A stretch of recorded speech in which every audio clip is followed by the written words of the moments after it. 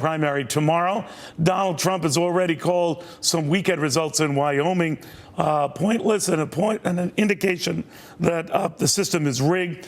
Ted Cruz got all 14 Wyoming delegates, as he got all 34 delegates from the state of Colorado. So already he's looking at a 48 delegate net gain on Donald Trump ahead of New York. So it's anyone's guess how that will go. But to Trump's point that the system is rigged or he's behind on the count, Gina Loudon, Sabrina Schaeffer, Mark Serrano. Mark, I begin with you. That is Donald Trump's argument, that it's not the will of the people and they're getting shortchanged. What do you think? Well, the system is built by the party for party loyalists. So Trump absolutely has a point. I mean, yeah, the system is rigged because the party set up the system.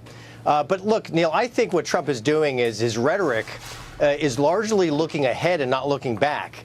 You know, he's got a string of primaries coming up where he can perform extremely well and potentially regain the momentum here to possibly get to the 1,237 delegates by June 7th. I think he has a good chance of doing that. You know, there's a new poll out that says 52% of Republican primary voters think the system is unfair. And they also think that Trump is authentic and effective and think he cares about their needs. So he is really talking to the people in his movement who can make a difference in these upcoming primaries.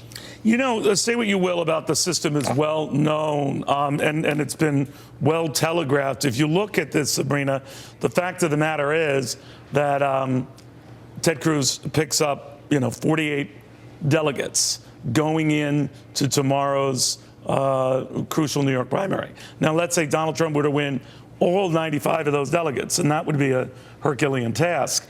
It does somewhat take the oomph out of his thunder, does it not?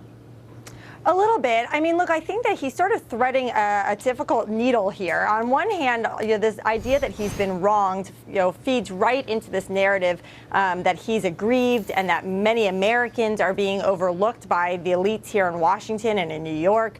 And I think that that's sort of a safe place for Trump. But at the same time, he's going to have to sort of move beyond this victim status and beyond, all of these things are wrong and bad and we've, been passed over, and start talking about what he's going to offer in the future. Because I think all of these people who have, really genuine concerns about our education system and our healthcare system and our economy and finding jobs, they want to know, okay, now that we're all sort of on the same side that we're victims here and things haven't gone the way we want, what are you going to do to change them? No, I think you raise a good point. But Gina, I think he is making lemonade out of potential lemons. That is Donald Trump, and reminding people whether this was properly telegraphed or not, whether he was caught off guard or not, that the underlying system stinks if it disallows people to vote, and the delegate apportionment is something else. I think all the guests are right, talking about the fact the rules were known, this was known, Donald Trump was caught unawares. But Donald Trump is trying to make a bigger point that the process itself is flawed, much as Democrats argue about the disproportionate role that superdelegates play. What do you think of that? Yeah, I think that you're absolutely right about that, Neil. I think that inadvertently, Ted Cruz handed Donald Trump something perhaps more important, and that is a great big outsider trophy. I think that this proves, because now Ted Cruz has put himself in a place where he is working with the establishment, and people who have fought the establishment for all these years are thinking, wait a minute, you're either the person working with them or you're the person working against him. And we all know this, Donald Trump is the master brander. We will never say Marco again without thinking little first. He's done this so masterfully. And now he has successfully taken what has become a Pyrrhic victory for Ted Cruz and branded Ted Cruz. He is the establishment. And I don't know how Ted Cruz gets out of that now. He's working with them, and he's all about the rules. Well, there's a codependent relationship there, Neil, between Ted Cruz and the establishment elite. It's codependent. And let me tell you, that relationship turns very toxic, I think,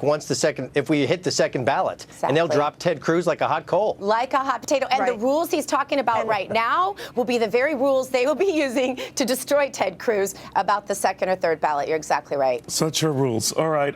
Hot coal, hot potato. You drop it anyway because it's hot. Guys, thank you very, very much. Meanwhile, Donald Trump